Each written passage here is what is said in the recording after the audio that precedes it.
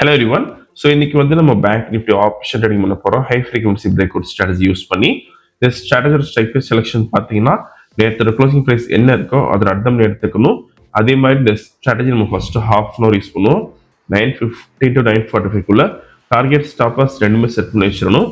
Once target stop loss Reecha நமக்கு ஆட்டோமேட்டிக்காக square of ஆயிரும். இல்லைனா 9:45 என்ன ப்ரைஸ்க்கு அந்த ப்ரைஸில் ஸ்கொயர் ஆஃப் ஆயிரும். இன்னைக்கு நம்ம எடுத்திருக்க ஸ்ட்ரைக் ப்ரைஸ் பார்த்தீங்கன்னா 56-200 call option, then 56-200 put option எடுத்திருக்கோம். வீடியோ ஃபுல்லாக ஸ்கிப் பண்ண பாருங்க. ஸோ மார்க்கெட் ஸ்டார்ட் ஆயிருக்கு. இந்த robo scalping and strategy base work பண்ணும். ஃபியூச்சரில் பை என்ட்ரி வந்து கால் ஆப்ஷன் பை பண்ணும். அதே மாதிரி ஃபியூச்சரில் செல் என்ட்ரி வந்து புட் ஆப்ஷன் பை பண்ணும்.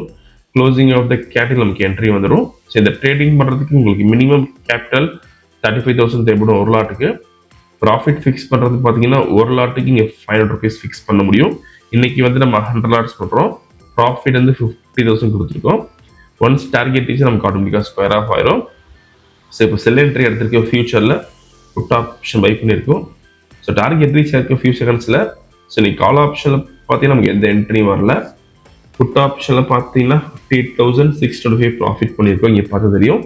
இப்போ ஆர்டர் புக் பார்க்கலாம். ஸோ புட் ஆப்ஷன் பை பண்ண ரேஞ்ச் பார்த்தீங்கன்னா 413, தென் ஸ்கொயர் ஆஃப் ரேஞ்ச் பார்த்தீங்கன்னா 430. நீங்கள் ப்ரைஸ் அண்ட் டைமிங் இதில் பார்த்துக்கலாம். இன்னைக்கு ஓவரால் ப்ராஃபிட் பார்த்தீங்கன்னா 58,625 பண்ணியிருக்கோம். ஸோ இந்த ரொம்ப விஷயம் டவுட்னா காலர் வாட்ஸ்அப் பண்ணிக்கலாம். இந்த வீடியோ பிடிச்ச லைக் பண்ணிக்கோங்க, ஷேர் பண்ணிக்கோங்க, மறக்காம ஃபாலோ பண்ணிக்கோங்க. அந்த அப்டேட் ஷோ. தேங்க்யூ.